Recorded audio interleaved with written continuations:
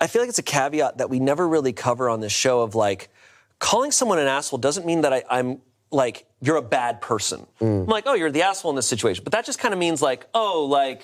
It's kind of like you have the right of way. It's like, like a little bit like, oh, you're being an asshole. Your morals and who you are at your core is asshole. That's not what we're saying when we say, am I the asshole? You're just being like, am I the one that did the mistake here?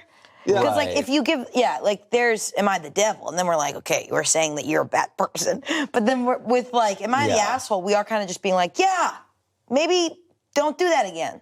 Move. There's so many situations where we've deemed someone the asshole where I'm like, but I don't think you're a bad person by any means. No. I don't even think what you did is necessarily a bad thing. I think like the saying of, am I the asshole in this situation? Right.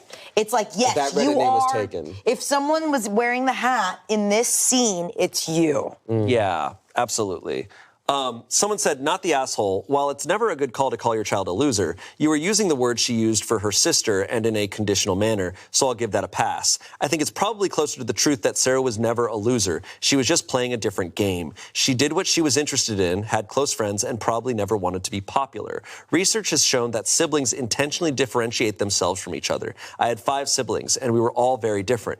My closest brother, only 14 months older, was on the chess club in high school. I could never beat him at home, so I never joined. In this case, since Kelly was older and liked sports, Sarah could never be as good as Kelly in sports, so she chose to focus on classwork. Kelly was a favorite with the coaches, and Sarah with the teachers. That's really fascinating. Yeah, no, maybe it's like early competitive vibes where there's like only 2 of you, and you're kind of like stepping into your first steps of like being like originality, and you're like, I remember when my brother played guitar, I played piano.